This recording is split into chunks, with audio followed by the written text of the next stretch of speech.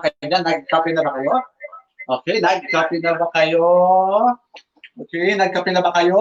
Kumusta naman ang lagay ng panahon dyan? Okay, welcome sa Capitology. Ito ang ating fourth and final episode. Ang Capitology na Attorney Drew, a financial literacy session. Infotainment, info-realization, whatever you want to call it, basta ang mahalaga, masaya, natututo, at magkakape. Huwag kalimutan, kamusta naman kayo dyan? Nasa ang panig kayo ng Pilipinas, Luzon, Visayas, o Mindanao, at sa ibang panig naman ng mundo, labas ng outside the Philippines, nasa Asia Pacific, nasa Middle East, nasa Europe, o nasa US of A. Comment, o nasa Africa, comment. Comment, ilagay nyo dyan, mag-comment kayo, tapos ilagay nyo yung grupo nyo, kung anong grupo ang nakalagay dyan. At huwag tayong gano'n, ilagay nyo dyan, tayo ay, tapos maya-maya, ipatawag nyo na ang inyong mga bagong distributors, itag nyo na mga bagong distributors, itag nyo na mga qualifiers nyo, sino mga qualifiers yung kumatin na ng ECOP, at nag-iisip at ginagawa ng paraan para makasali sa pagbihirang opportunity ng buong buhay ang empowered consumerism. At pabaya, i-announce ko ang mechanics, meron akong pasurpresa, meron akong parapon na 5 kape, maya hintay lang natin sila kung ano ang ating gagawin. Okay, kung medyo hindi pa kayo you can visit my wall. Kamusta naman kayo dyan? Nagkape na ba kayo? Baka tutulog-tulog pa kayo mga tinamaan ng mga magagaling.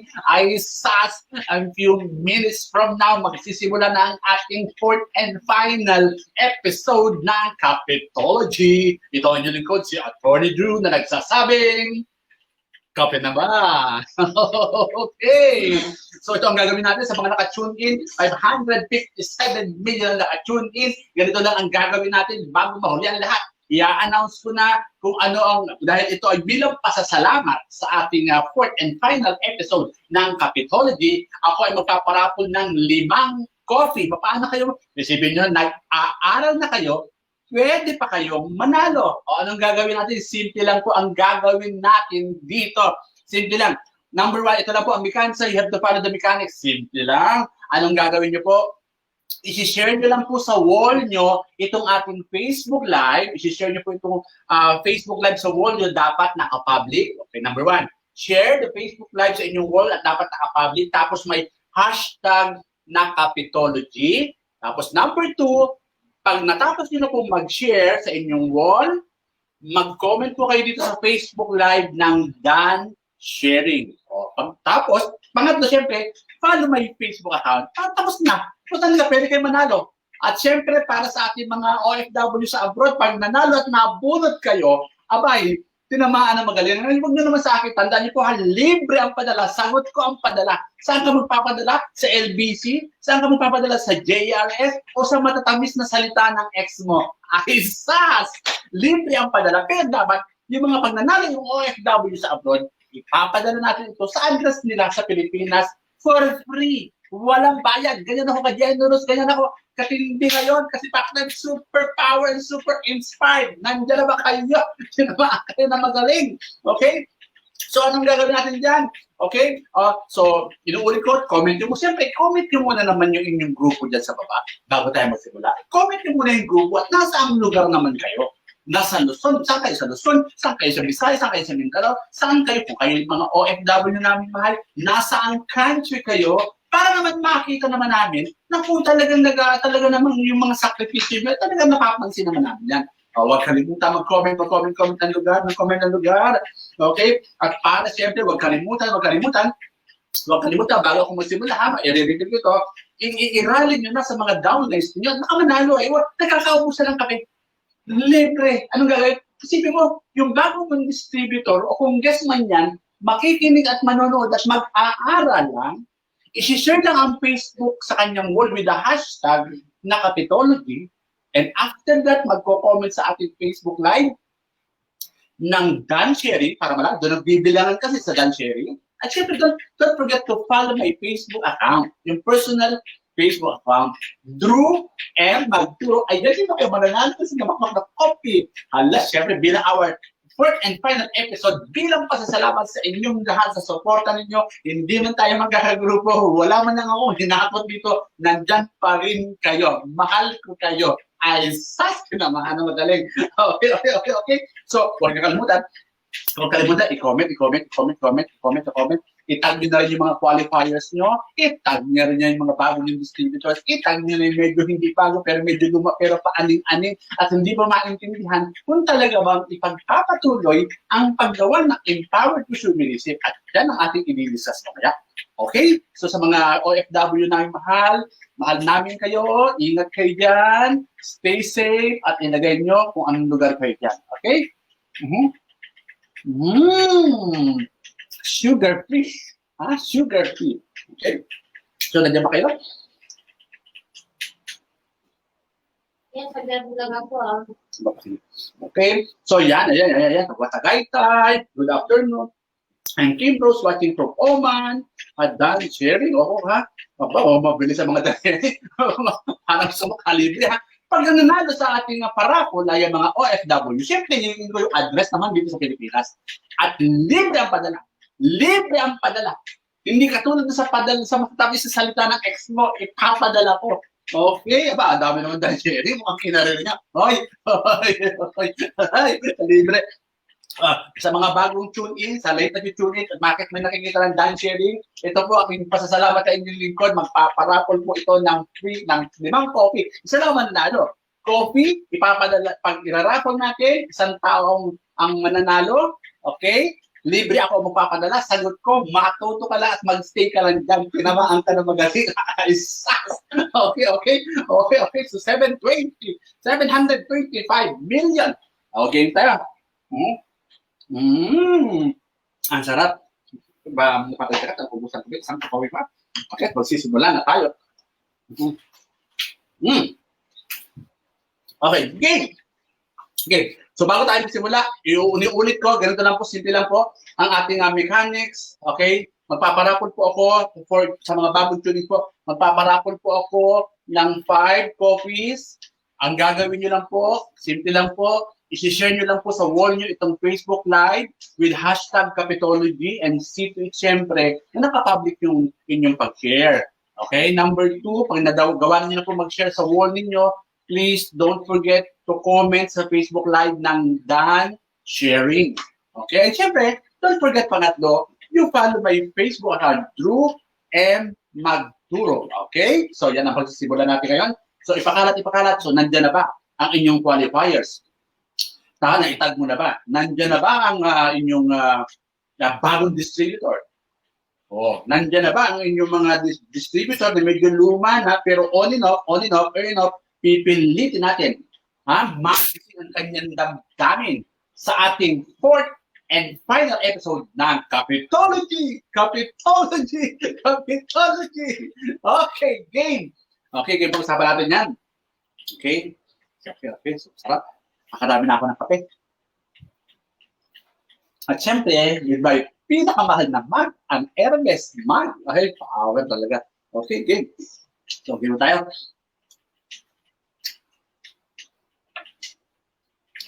Okay, facts about, proceed na tayo. Facts about Capitology. Nandiyan na ba mga facts about Capitology. Simulan natin. Saan ba nasimula itong Capitology? Ito ba na-invento at po ay pending ang copyright application sa National Library. Pag sinabi ng Capitology, mahirap na. Bakit pending? Ay mahirap na. Makakunin pa ito.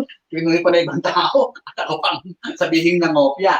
Facts about Capitology. Alam niyo po ba ang Capitology used to be an extensive lecture and training po itong Capitology. Anong ibig po sabihin ng Capitology?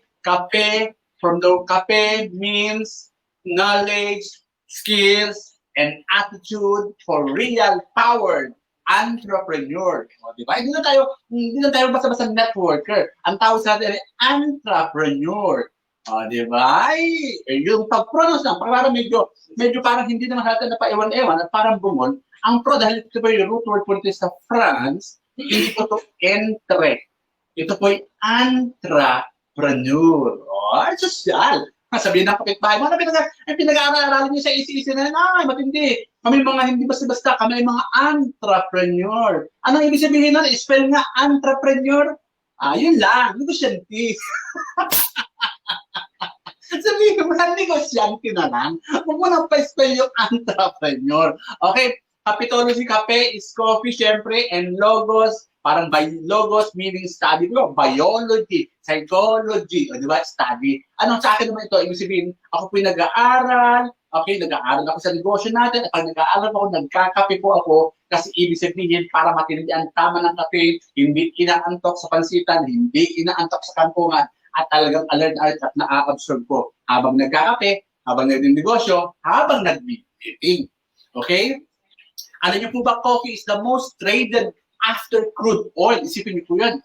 Well traded ang crude oil kasi yung source ng ating energy. And after crude oil, yung coffee, nung unang panahon, ipinagkakalit ang coffee sa mga ginto, sa mga tanso, lahat, sa mga silver. Baka meron na sila ng coffee. And ito ang second most consumed beverage after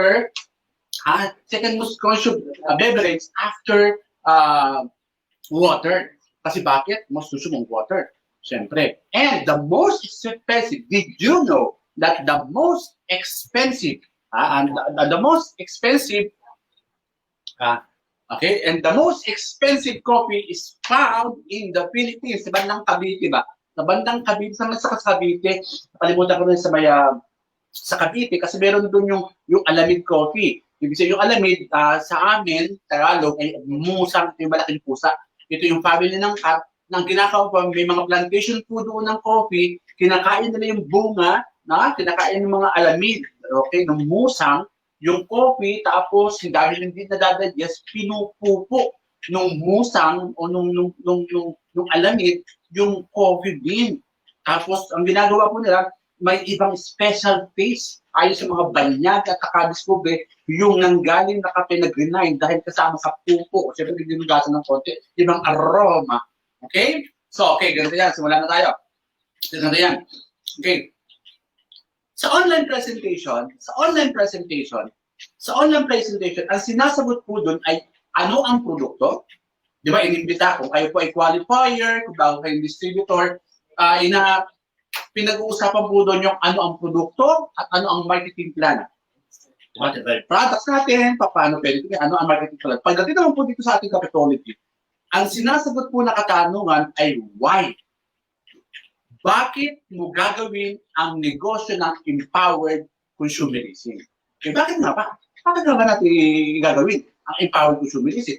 Bakit mo gagawin ang empowered consumerism? Ay maganda naman ang trabaho mo. Bakit mo gagawin ang empowered consumerism? Ay professional ka. Bakit mo gagawin ang empowered consumerism? Ay nag-a-abroad ka naman. At bakit mo gagawin ang empowered consumerism? Ay may negosyo ka naman.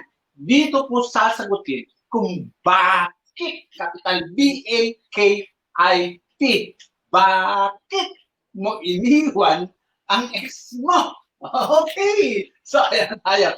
Bakit mo gagawin ang empowered consumerism or is it? Simple lang po. Gastusin niyo po ba ang mga sumusunod? Gastusin niyo po ba ang kuryente? Gastusin niyo po ba ang pagkain? O nakikiamoy ka na lang sa pagkain ng kapitbahay? Kung mare, anong ulam niyo? Mare, sinigang o paamoy nga. Tinamaan ka na magaling dyan. Gastusin din. Ibig sabihin, bumibili, kuryente rin, babayad, unless ikaw ay nakaka-illegal connection. Tama? O, gastusin mo ba ang pagkain? Siyempre, bumibili ka ng pagkain. Gastusin niyo ba ang tubig? Cellphone loan, tuition fee, pamasahe, gamit sa bahay, gamot, may utang ka ba? Tama? Meron kasi ayon po sa NEDA, National Economic Development Authority, ang mga nabanggit na aking gastusin ay ang common na gastusin ng Pilipino dito sa Philippines.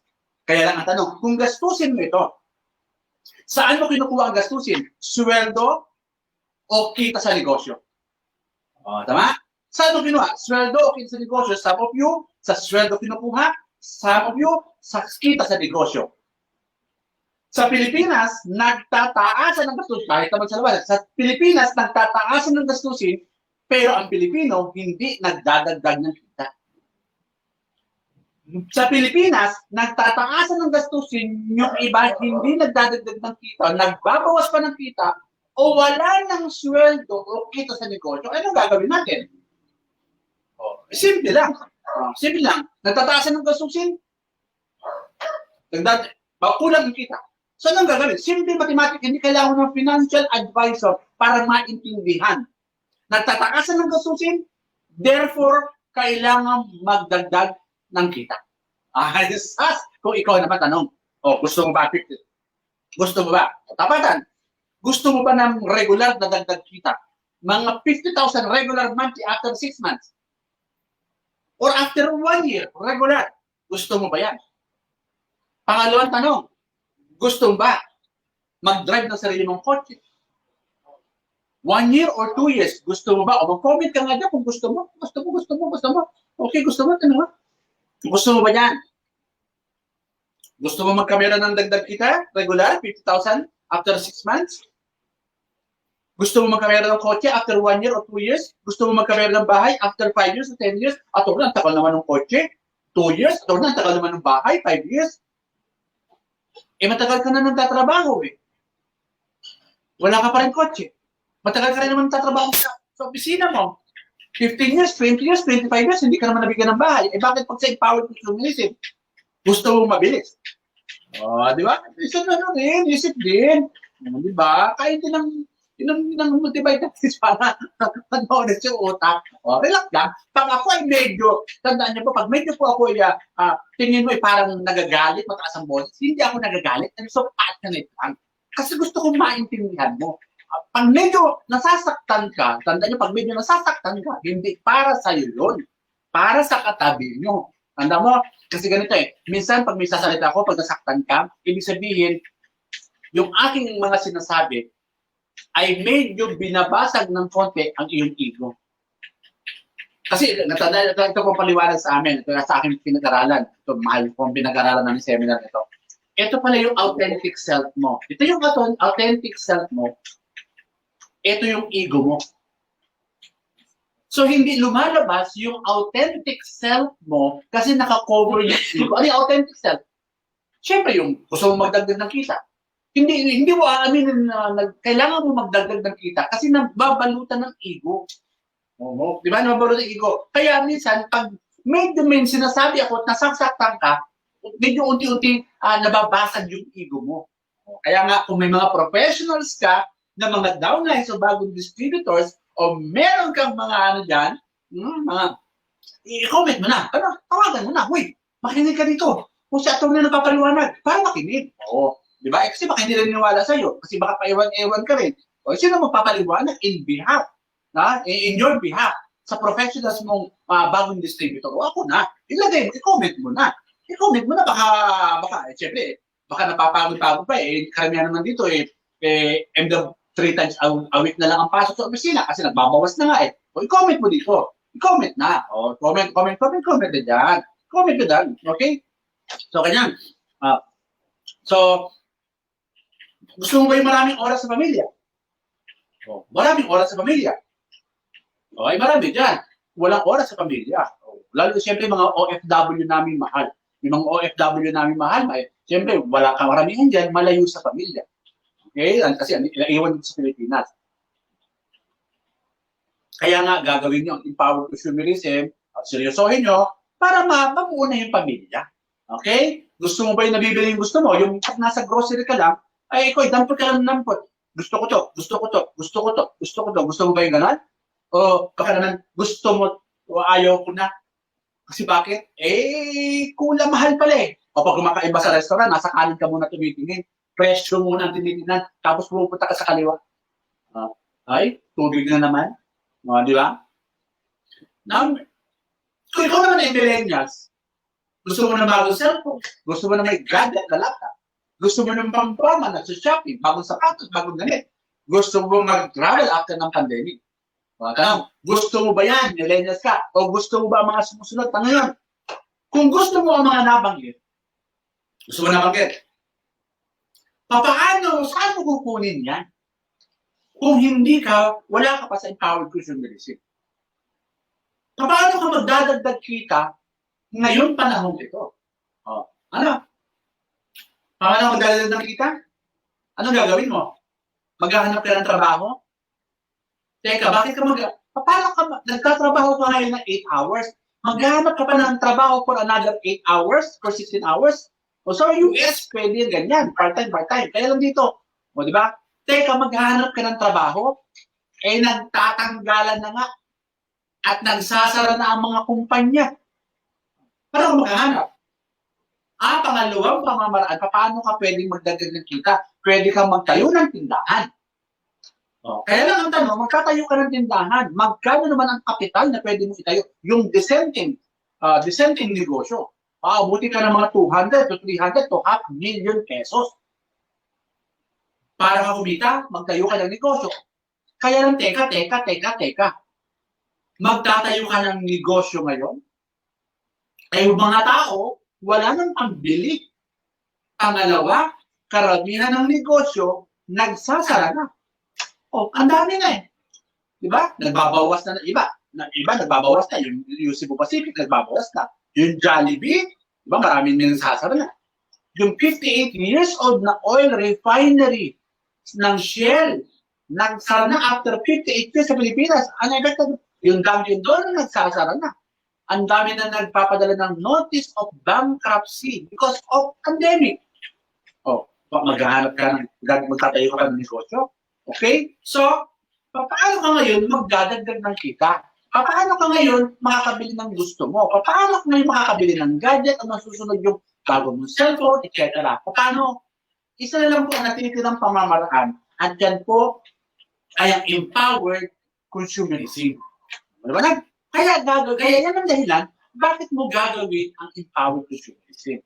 Okay, so simula na tayo. Pero bago ang lahat, sa mga lecture natin, bago mag-usapan natin ito po ang ESBI, ito po pinanggagalingan ng pera ng mga tao ngayon. Pero bago ang lahat, i-remind ko lang po kayo, okay, don't forget, meron po tayong paraffol ng coffee, ayan, sa mga late na nag-tune, may paraffol po tayo ng coffee. Okay, anong gagawin mo para mag-qualify ka sa raffle? Ang gagawin nyo lang po is i-share nyo lang po sa wall nyo ang ating Facebook Live. Dapat nakapublic po. And number 2, dapat po may hashtag Capitology. Okay, at pag na-share nyo na po sa wall niyo, magko-comment po kayo dito sa Facebook Live ng Dan Sharing. Okay, Dan Sharing. At siyempre, don't forget, to follow me sa aking personal Facebook account. At qualify na po kayo sa pwedeng manalo ng 5 coffee. Yung pag nanggaling ng coffee niya, talagang ibang tama ng kape niya. Okay? Libre ko ang ipapadala. Ako na po mag-shoulder ng pagpapadala ng coffee na yan. Kung kayo po ay OFW at nanalo po kayo, at i-message po namin kayo at tatanungin kung saan ipapadala dito sa Pilipinas. Diba? Natuto ka na, nag-aral ka na, pwede ka pa manalo. And one way of saying, thank you very much po sa inyong lahat. Okay, so 4 quadrants, ang lagyan. 4, ito po kaya tayo. 4 na sources o pinanggagalingan ng kita ng tao. Okay. Okay. Paki-message siya. Okay. Matawag si Mother Dear. Tadali lang ngayon na. Matawag si Mother Dear. Okay, tatandali lang. Yes, mami, nag-Facebook lang ako. Mamaya. Okay po. Bye-bye. Sandali lang po, tatawag si Mother Dear. Okay. Sandali lang po.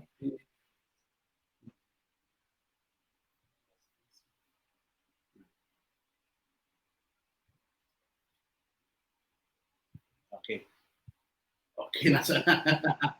Okay, so, 4 naman nagagalingan ng kita ng tao ngayon. Let me illustrate para mas maintindihan mo, para ma-appreciate mo na bakit kailangan mo karagay ng empowered consumerism. Number 1, pag-usapan natin sa left portion of the quadrant. Number 1, employee, empleyado. Ito ay may pinagkatrabahuhan. Sa bandang baba, sa bandang kaliwa, lower left portion, ito yung self-employed. Ito naman yung may trabaho.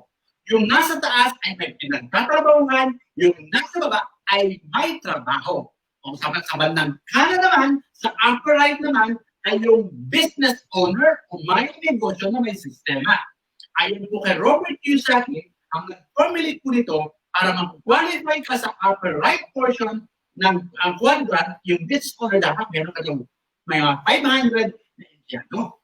Okay, sa bandang lower left portion naman, ito yung tinatawag natin na investor.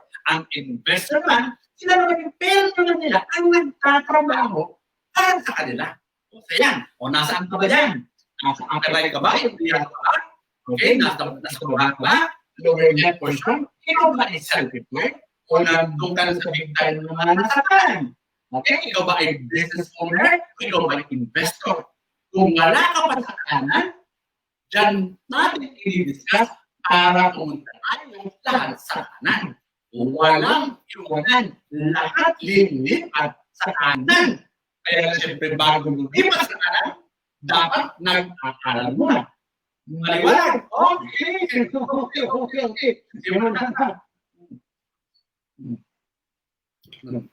Okay. Ang ano po? Okay, ito ba yung God sharing? Hindi God sharing. Anong God sharing? Dan. D-O-N-E. Dan sharing. God sharing. Buhay-buhay ka din. Kailangan mag-aaral.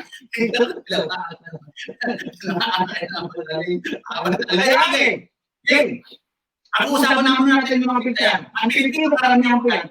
Ang Pilipino, nandun sa kadaliwa. Either employee or self-employed. Karamihan ng Pilipino, malaking factor po ang ating lipunan. Okay? Bakit? Malamang yung lola at lolo natin ng unang panahon, mga empleyado sila. Okay? Kasi nung unang panahon, pag empleyado ka, maganda pa ang buhay mo. Pwede ka pang mamuhay ng marangya. Nung unang panahon, yung mga lola at lola natin ay empleyado. Siyempre, lola at lola natin, yung paniniwala nila na pwedeng mabago ang buhay sa pagiging empleyado, ipinapakasa sa mga magulang natin.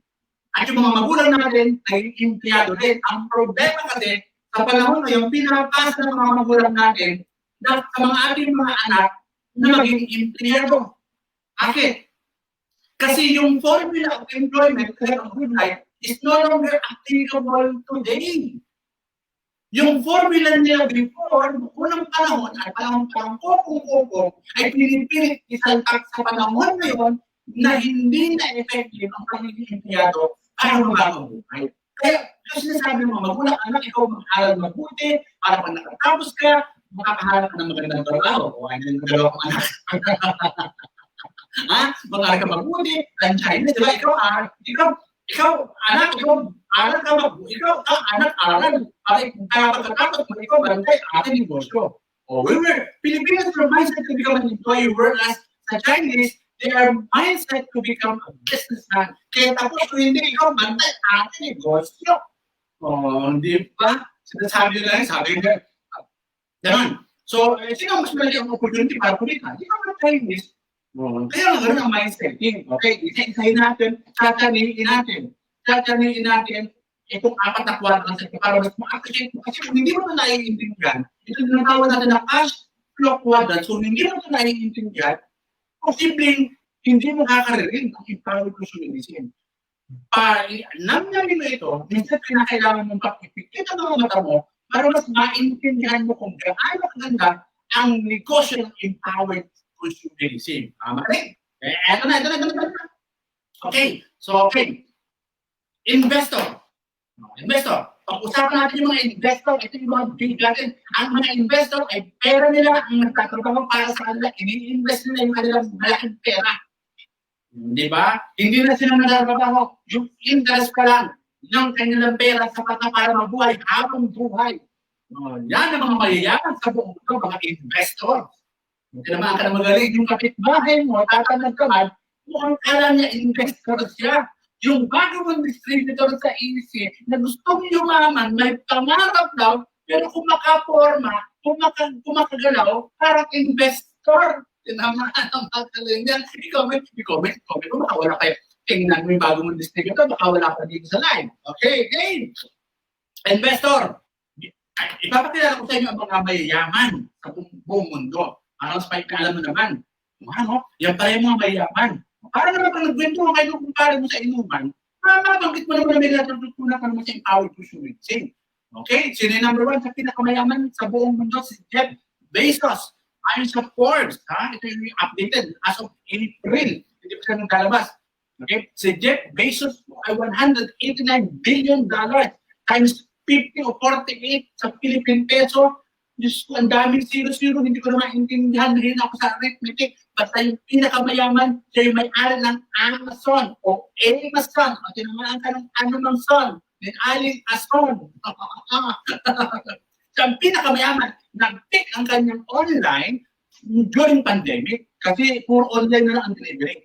That's the number one. Na pinakamayaman sa buong mundo. At ang pangalawa, meron ka bang computer noong unang panahon?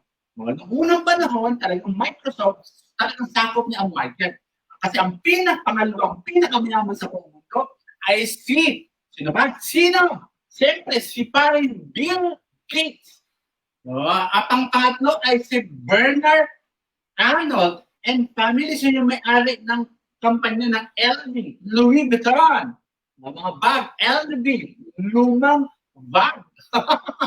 Makaporma ka, di ba? Yung mga endless talagang pag talaga nagtakilan, talaga makikita mo yung mga talaga mga LV. Tinamaan yung siya ang pangatlo sa pinakamayaman sa buong mundo. Ngayon, alam mo na, pag nagkikwento kayo ng kampare mong negative sa networking, para na may masabi ko, grabe pala ang yaman ni Jeff Bezos. So, malamang hindi kilala kumpare mo. Si Jeff, at saka si Bill, at saka si Bernard. Ang pang-apat ng pinakamayaman sa buong mundo, may Facebook ka ba? O tinamaan ka ng magaling? Sino pa? Si Mark Zuckerberg.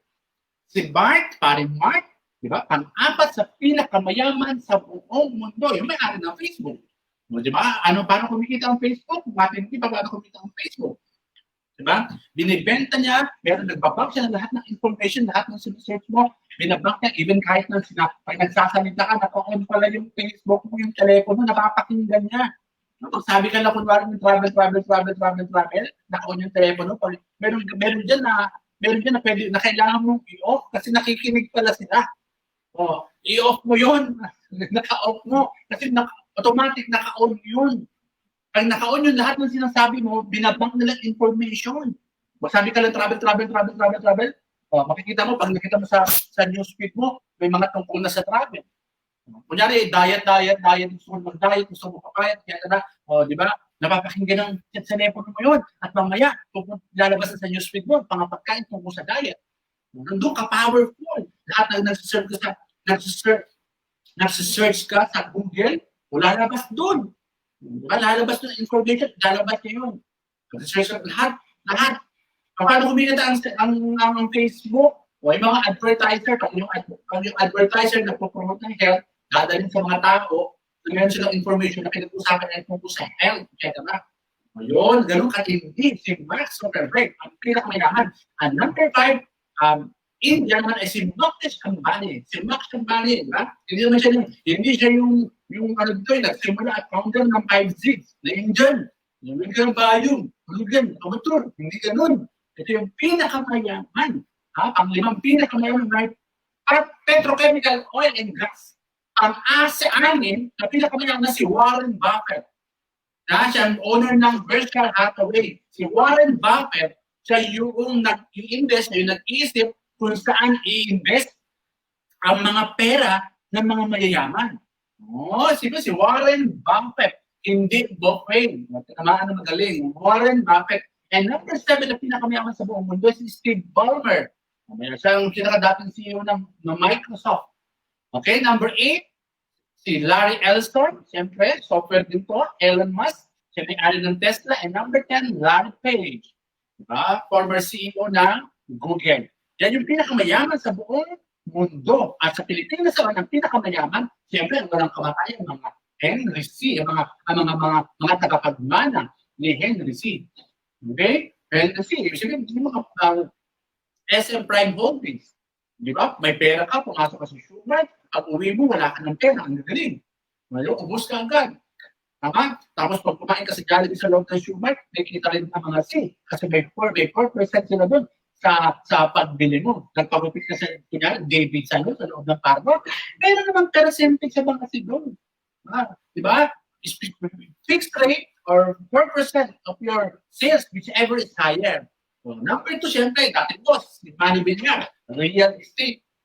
Number 3, si Gotham Ray ng Robinsons, Enrique Razon. I'm Isabel, Lucio Dan, si Paring LT, kaya naman si LT, hindi si Lord ng Tolentino, si Lucio Dan. Number 7, Tony Tan Katchong ng Jollibee, Ramon A., Visiting, etc. Yan ang pinakamayaman sa buong mundo at Pilipinas ng mga investors. Okay? Huwag kayong mag-alala kasi papunta tayo dyan. Kasi mga ginagawa natin ay pag-nenegosyo sila, ay nag-nenegosyo. Hindi na natin kasing yaman sila, makakurot na lang tayo sa kayamanan nila ang bidira natin yan. Okay? So muna, makita investor. Upper right portion is the business owners. Ano ang klase mga negosyo naman dito sa atin sa Pilipinas? 3 classification. Naintindihan? 3 classification. Number 1, traditional business. Number 2, franchising. And number 3, multi-level marketing. Isa-isahin natin, traditional business. Anong kailangan sa traditional business? Dapat malaki ang kapital. And number 2, dapat malaki ang kaalaman mo sa negosyo. Hindi pwedeng malaki lang ang kapital. Kasi kung wala kang kaalaman, palulugi ka rin. Hindi na naman basta, tandaan mo nga, kahit naman malaki ang kaalaman mo, kung maliit ang kapital mo sa negosyo, tandaan mo, malulugi ka rin. Ama, kaya lang ngayon, kahit malaki o maliit ang kapital, marami nang nalugi versus sa pandemic. And number 2, the classification ng negosyo sa Pilipinas ay tinatawag na franchising. Yung franchising, siyempre, is the authority or the right to use the name of a company because of the built integrity ng company. Mga ano pa, sika, McDonald's, Jollibee, mga 50 million. Tanong, may 50 million ka ba? O hindi ka pwede mag-franchise. Okay. May gasolinahan, mayroong 5 million ng gasolinahan. May 5 million ka ba? Wala din, disqualified.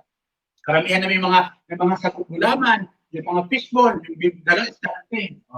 Diba? May sagot gulaman. Mga 50,000 yun. Diba? Para kumita ka, ilagay mo sa mataong lugar. Karamihan doon sa mga malls. Diba? Kaya lang may gastos kasi bakit? Bali mo pa sa right to use yung name. Diba? And their system, magre-renta ka pa sa mall. Diba? Siyempre, hindi mo mabantayan. So, ito, kukuha ka na magbabantay kasi busy ka. Magbabantay. O, diba? Minsan, babantayan mo yung nagbabantay. Kung meriendahin yung sagot ulaman mo at saka yung fishball mo at saka sweetball. Siyempre, yun. Yun ang franchising. Okay? Pangatlong kategorya ng pagnenegosyo sa Pilipinas ay yung tinatawag na multi-level marketing or network marketing. Sa multi-level marketing or network marketing, maliit lang ang puhunan pero pwede mong kitain yung mga kinikita ng may traditional na negosyo na may mga franchising. O what is a multi-level marketing? Pang-apat na ito, na-memorize mo na ba ang ibig sabihin ng multi-level marketing?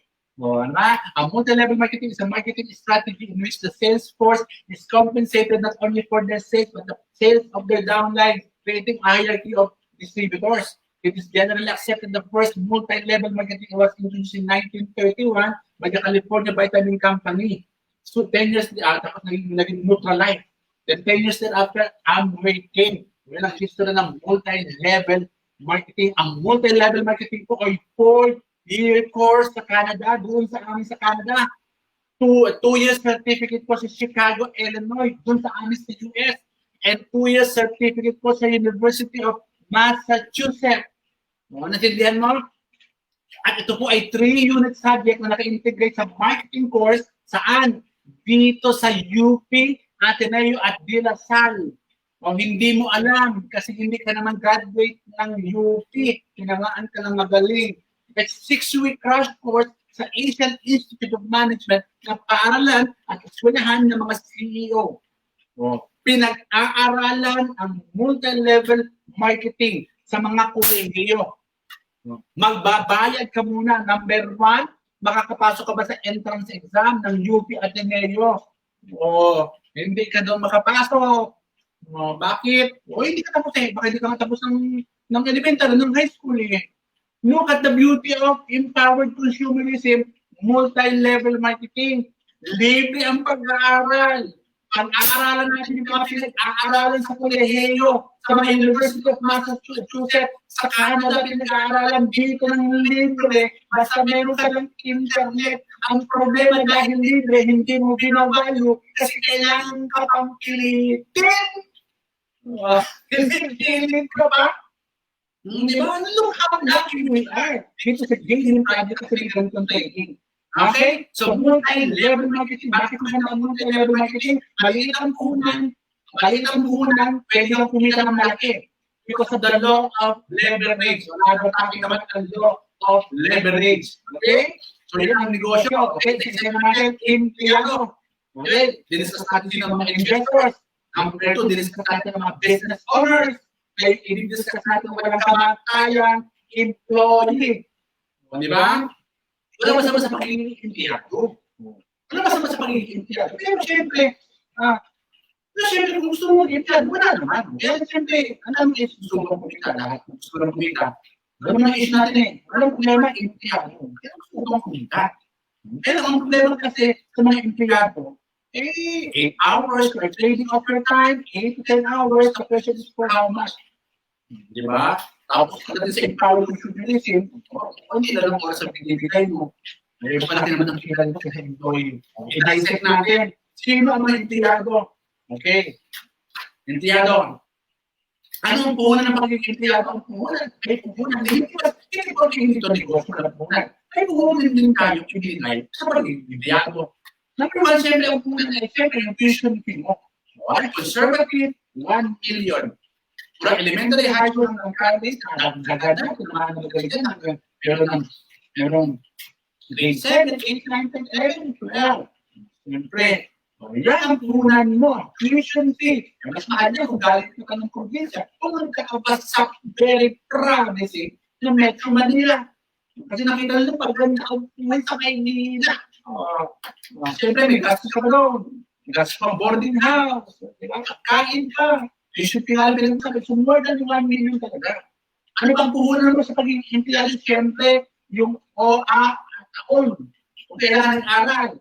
14 years, 6 years elementary, 4 years sa high school, 4 years sa college. Lalo na ngayon, 14 years yan ang puhunan para maging empleyado. Okay? The question is, kung yan ang puhunan mo sa pagiging empleyado, kung yan ang puhunan mo sa pagiging empleyado, mga magkano kinikita ngayon ng mga empleyado? Magkano? O karamihan ngayon, hindi mo 15,000 swerte na nga. Ako, kumikita ka ng 15,000 swerte ka na. Ngayon, you know why? Karamihan ang empleyado ngayon. Natanggal, na-retrench. Walang problema kung hindi ka natanggal ngayon. Matakot ka kasi hindi pa ito tapos. May economic recession. Posible sa batch 1, libre ka, pero baka hindi ka malagkalitas after 3 months ng batch 2 or batch 3. Manakakala yung mga empleyado. Yung iba, parang hindi matanggal, nagsasalita na lang. MWF yung isa, TTS naman yung isa. Okay? Tanda mo, gusto yun ang problema doon.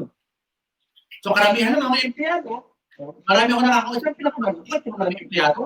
So sabi doon sila sa empowerment opportunity, pag natanggap daw nila yung retirement nila. They spent 25 years of their time sa employment at naghintay na ng retirement pay. Kaya lang ang masakit na katotohanan, yung hinihin, 25 years lang katrabaho, kaya lang ngayon, yung inaabangan ng retirement pay, wala na kasi nagsara ng kumpanya. Diba? Yun ang masakit ng mga empleyado. Kasi isa natin, empleyado, pag naubos ang leave mo, no work, no pay ka na, karamihan ng empleyado, pero ngayon talagang ubos na ang leave, kaya no work, no pay na talaga ang mga empleyado. May sakit ka o anak mo, realization na ito. Realization na ito, pag empleyado ka, may sakit ang anak mo, di ka maka-absent. Ito ang masakit. Gusto mo ang trabaho para sa pamilya mo, para benefit yung pamilya mo. Gusto mo magtrabaho para sa pamilya mo, pero nung kailangan na ng pamilya yung oras mo, hindi mo maibigay kasi busy ka na sa trabaho. Diba? Wala kang time freedom. Wala kang kalihan sa oras. Bumagyo, bumaha, magka-pandemic, kailangan pumasok para kumita. Tama? Kaya lang, binigay mo ang oras mo, binigay mo ang loyalty mo, kaya lang natanggalan, ikaw pa nasa una sa listahan. Loyal ka sa kumpanya, pero yung kumpanya ba, loyal sa'yo? Hindi. Masakit na katotohanan. Masakit na katotohanan. Okay? So yun, wala kang time freedom. Anong time freedom? Yung kalayaan mo, pwedeng gawin, pwedeng matulog, hindi. Wala kang time freedom kasi nakatakda. Bayad ang oras mo sa employment. Bayad 8 hours. Nakatakda kung kailan ka papasok. That's 8 o'clock. Nakatakda kung kailan ka kakain ng lunch. That's 12 to 1. Nakatakda kung kailan ka uuwi. Diba? Minsan, although nakatakda ka umuwi ng alas 5, hindi ka pa pwede kasi merong nirarush. Gusto mo magpahinga, masama ang pakiramdam mo, kailangan mo pumasok kasi pinapapasok ka, wala kang kalayaan. Yun ang trade-off. For how much? 15,000, 20,000, or 25,000? Sabi nga nila, your salary is the bribe that the company is giving you for you to forget your dreams. Para kalimutan mo ang mga pangarap mo. Di ba? Masaya ka pag Biyernes, ang karamihan ng empleyado, masaya pag Biyernes ng holiday kasi walang pasok. Noong unang panahon, di ba? Alam na alam mo ang legal holidays. Noong unang panahon, alam na alam mo ang legal holidays. Di ba? Ngayon, nasawa na sila sa hindi papasok kasi holiday talaga hindi na sila pinapasok. Wala kang nakikita. Ang empleyado, karamihan pag Biyernes, masaya. Di ba? Pag Linggo, malungkot. Meron ka bang excited na empleyado na masaya pag Linggo? Hindi, malulungkot na yan kasi inisip, papasok na naman kami bukas. Yun ang masakit na katotohanan. Alam mo na, kahit na anong sipag mo, gano'n pa rin ang sweldo. Yun ang masakit na katotohanan. Kahit masipag ka, kahit matalino ka, gano'n pa rin ang sweldo. Kasi bakit? Kung sa government, meron tinatawag na salary grade. Naka-fix na iyong sweldo. Kung sa private naman, meron ka ng kontrata. Doon ang sweldo mo. Hindi kung gaano ka kasipag, hindi kung gaano ka katalino, kung hindi magkano ang budget ng kumpanya mo sa position na ino-occupy mo. Diba? Madadagdagan lang. Pag nag-overtime ka, kailangan bariya na. Tama? Okay, sunod. Pag nag-retire ka, baka mag-negosyo ka rin. Diba? Maraming tao, diba? Pag nakakuha ng retirement yan, maliban pa sa kwento ko na hindi na naka-retire. Number 1, kung aabot ng retirement, maraming nagkasakit, na-stroke, inatake na sa puso dahil sa stress, hindi na nakakabot ng retirement.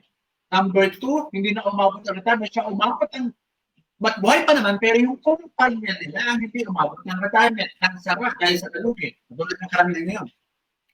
Umabot ka ng retirement, may retirement pay ka, di ba? Bibili ka ng mga gadgets para sa apo, bibili ka ng second-hand na kotse, may matitira after 6 months, pawala ng pera. Ang isipin mo, inegosyo ko kaya itong natinda ng pera ko sa retirement. Isipin mo ha, umabot ka pa ng, hintay ka pa ng 65 years old o 60 years old para magnegosyo. Well, in truth and in fact, pwede ka na palang magnegosyo ngayon. Sabi mo ha, magnegosyo ka after retirement, that could be after 5 years. Magnegosyo ka after 10 years. O bakit? Magnegosyo ka rin pala, nagpalipas ka pa ng araw o taon. Bakit hindi ka magnegosyo ngayon? Kasi hindi mo kailangan ihinto ang pagiging empleyado sa pagnenegosyo ng empowered consumerism. Right? Employed ka because of sense of security before ang employment, kasi kung yung agency at katapusan, may sweldo. Before, noong unang panahon, but because of pandemic, na-destroy na ang tinatawag na sense of security sa employment. Okay? Nawala na yan. Okay? Kasi bakit? Wala ng sense of security ngayon kasi nagtatanggalan na nga. Yan ang pinaka-nadibang, yan yung na theory of sense of security sa employment. Okay? Na kahit anong mangyari, may sweldo ka. Yes, kahit anong mangyari, may sweldo ka. Magtrabaho ka, hindi. Tama nga, tulog ka. Diba? Kahit okay, nasa Makati. Dream after lunch. Anong tumulong ako nun? Lunch hanggang 1:30. 1:30.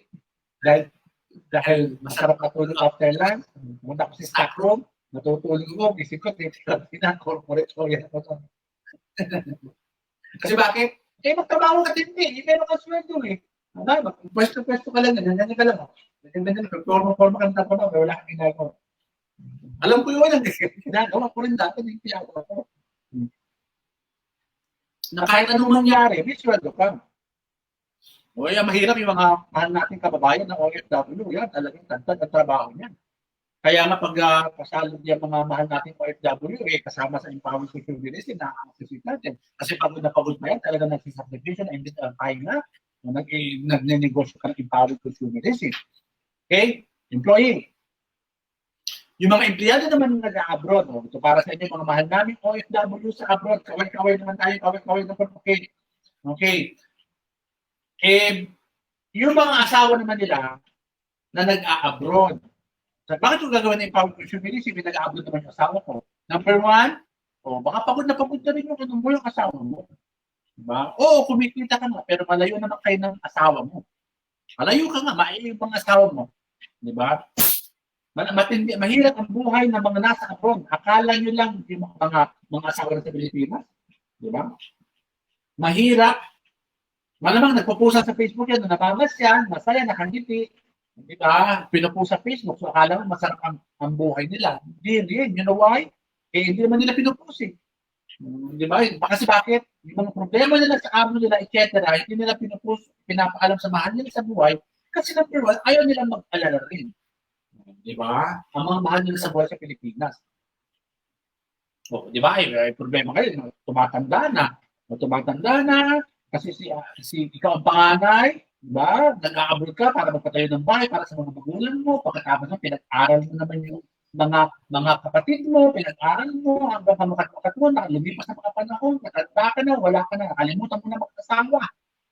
Nakalimutan mo na yung sarili mo. Masakripisyo mo sa pamilya. Diba? Kaya ang makuha na sa abroad ng OFW, karirin mo ang Empowered Consumerism, you know why? Turuan natin yung pamilya mo dito na mag-negosyo para hindi naka-totally dependent sa inyo. Diba? Minsan kasi may pagkakamali dyan. Minsan tinuturuan natin maging tangan ang ating mga mahal sa buhay sa Pilipinas. Kaya nga ang sigaw ng bayan. Anong sigaw ng bayan? Gutumin ang tangan. Ang sigaw ng bayan, gutumin ang tangan. Minsan nakala mo, maganda ang ginagawa mo sa pamilya mo kasi pinipadala ka ng pera. Pero yung asawa mo, diba, hindi na nagtrabaho, nag-alaga ng manok, nagsabog na, pagbalik mo, may tako. Ito ang masakit na katotohanan. Meron akong kakausap dyan. Diba? Padala siya ng pera. Sabi mo asawa niya, papatayo ng bahay. After 5 years, umuwi siya ng unannounced sa Pilipinas just to surprise yung pumarakit ay bahay. Kapag uwi ng bahay, hinahanap yung bahay, walang bahay. Ayun, naglulupasay sa galit, sa iyak. Nasaan yung pinaghirapan ko? Sabi nung anak na panganay, nanay, wala tayong bahay. Hindi totoo yung sinasabi ng tatay. Okay? So, yung mga mahal natin sa Pilipinas, ang mga OFW natin, bakit kayo nag-abroad? Karamihan po sa dahilan, bakit kayo nag-abroad? Kasi baka noon, wala kayong nakitang opportunity dito sa Pilipinas. It's okay. Noon yun. Pero ngayon po, meron ng Empowered Consumerism. Wala akong problema. Pero dapat hindi po lifetime job ang pag-abroad. Okay? Maraming bumabalik sa abroad. Either nakakabaon na, napatay. Number 2, na paralitiko. Diba? Hindi na mapakinabangan ng amo ang katawan. Pinakuli na. Diba? Number 3, nirape o nilapastangan, dinahasan ng amo. Yung mga ganun kwento pa rin. Diba? Kaya nga, bakit mo i-release yung buhay mo, i-release mo na wala ka sa pamilya, sa magkanong halaga? 20,000, 25,000, o 30,000? Samantalang pwede mo kitain sa Empowered Consumerism. O magkano ang ginastos para makaalis? Karamihan ka bago umalis, iba, nag-training pa. Di ba, umaatin pa, nangungutang pa para makapag-training, nangungutang para makaalis. Kaya yung mga unang sweldo niya, hindi niya mapapakinabangan kasi pagbayad lang sa utang na ginamit para makaalis. Sumunod, paano ang mga bata lumalaki walang gabay ng mga magulang? Yun. Di ba, lumalaki na lang sa Facebook, sa video call. Pwede ipadala ang pera, pero hindi pwede ipadala ang pagmamahal. Hindi pwede ipadala ang mga yakap ng isang ina sa anak. Lumalaki silang walang gabay. Alam ko yan. Kasi yung nanay ko, for 6 years, ako po nakaka-relate sa mga OFW, you know why? Ako po yung anak ng OFW. Yung nanay ko po ay nag-abroad po sa West Germany as midwife. Yung first 6 years ko po, wala po ang nanay ko. Ako po ay pinalaki ng tita ko. Kaya nang habang lumalaki, akala ko yung tita ko ang magulang ko. Yung mami ko nag-request, bata pa rin, yayakap ko rin niya raw ako, tinutulak ko siya, masakit sa nanay ko yun. Kasi hindi ko siya kinikilala magulang. Ang kinilala kong nanay ay yung tita ko. Ha? 60 years Kasi yun, masakit yun, iba paano yung mga mahal natin OFW yan, na minsan 15 years na, 20 years na, nasa abroad. Hindi mapapalitan ng pera o magagandang laruan ang nawalang oras sa pamilya. Alam mo ha? Walang lumalaki Di ba? Saan lumalaki ang mga anak natin OFW? Sa lolo't lola, iba ang alaga ng lolo't lola versus sa iyo. Bakit ka mag-aanak-anak, hindi mo palagaan? Di ba? Ay, ito din mahirap kasi ang buhay, kaya nag-abroad ako. Bakit kumerengking? Di ba? Bakit kumerengking kung mahirap ka na buhay? Sana pinuspun mo muna yung pag-kerengking mo. Naman siya ko kumerengking na. Hindi mo nilalahat. Ang hirap ka lang buhay, kaya dapat kung mayroong batas akong senador ako, itong unang batas, bawal kumerengking o bawal manligaw kung mahirap o walang pera. Di ba? Kasi bakit? Malaking kriminalidad din eh. Mahirap ka. O di ba, magkakaanak ka pa. Dinadamay ka pa ng isang tao, isang mahirap na buhay, dapat tinukulong ang mga magulang nang walang maipakain sa mga anak. Yun ang batas na ikalagay yung kahit mo. Maging kriminal at makulong ang mga magulang na nag-aanak na walang kakayahan na buhayin ang mga anak. Dapat crush pa lang. Pagtitinginan pa lang. Tinatanong na, ano ba trabaho mo? Kasi yung anak ko, ano mo saan? Dapat ang pera ka ba? Kasi yung anak mo, may pera ka ba? Wala po, iitingin po yun yung mga crush na ganyan. Diyan nagsisimula yan. Okay, kerengking. Opinion ko lang naman yun. Opinion ko lang naman yun. Okay? So, huwag kalimutan, habang kung may mga bagong distributor, bago kayong tune in, meron po tayong parapon ng coffee. By the way, parapon po tayo ng coffee. Ang gagawin ko para maging entitled po kayo ng entry sa raffle, all you have to do is to share itong ating Facebook Live, lagay nyo ng hashtag na Kapitology at mag-comment po kayo ng done sharing. At irarapon po natin yan. Bukas i-inform ko. Free delivery within the Philippines. Okay? Paano ang bata? Lumalaki mo ng gabay. Marami na nag-abroad pero ngayon hiwalay na. O yan, saan? Okay. Marami na nag-abroad. Nag-ihiwalay. Gusto mo ba yan? O bakit? Siyempre, namumuli na eh. Namumuli na. O homesick. O diba? Lalaki na sa Pilipinas. O lalaki na sa abroad. Andito yung asawa sa Pilipinas. O malungkot yung lalaki. Tama? May kasama sa opisina malungkot din. Yung dalawa malungkot, put them together. Nagpakasaya na. Yun ang masakit. Tama? Kaya maraming hiwalay na. Kasi bakit? Karamihan, malayo nga lang ng tipang sa lalaki tinatanda. Ay, sas, ilan na lang kami kayang kapat. Yung! Sas! Tama? So, kasi bakit? 90% po ng aking mga kliyente sa annulment of marriage, declaration of nullity of marriage, po karamihan po mga OFW. Diba? Pumunta nga po. Punta kami sa Italy, dami naman nakikita. Talaga nagkakahiwalay na talaga. Even mga babae, okay lang naman babae yung kasawa ko, basta padala na ng pera regular, okay na sa akin yun, mababa na ang moralidad sa pera. May problema, tapos ayayin mo sa ipawag ng subulisin, ang arte-arte pa kasi naka-ano sa asawa. Hindi na protektan. Kaya gagawin nyo ito. Kung ikaw ay OFW at membro ka na ng ipawag ng subulisin, tama? You maximize it, go for 15 accounts, tapos turuan natin yung mga mahal mo sa buhay dito sa Pilipinas na mag-negosyo. Yun ang strategy. Kanya-kanyang grupo, kanya-kanyang strategy, and follow the strategy of your team. Okay? So, teka, hanggang kailan ka mag-abroad? Dahil sinasabi ko, hindi forever malakas ang katawan. Diba? May setting lang yan. Dapat, kailan kayo dito mag-abroad? Pag 60 years old ka na.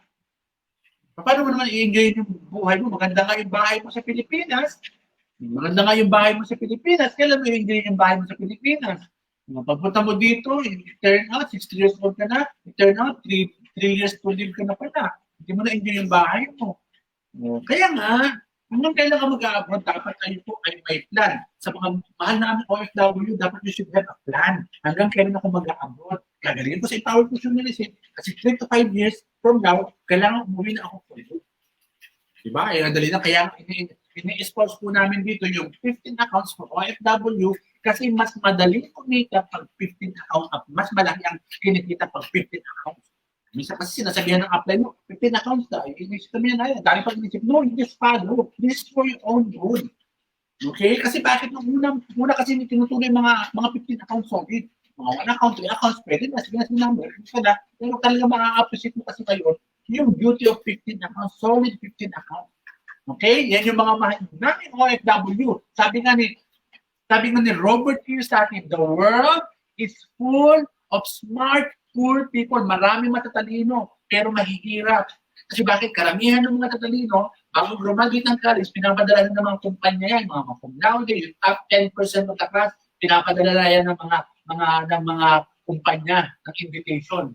Siyempre, nakalino ka, sa kumpanya ka, di ba? Matakas ang sweldo, offer ang sweldo, posibleng 30,000, offer agad, kontra ka lang, fresh graduate ka, 30,000, pero hindi mo alam.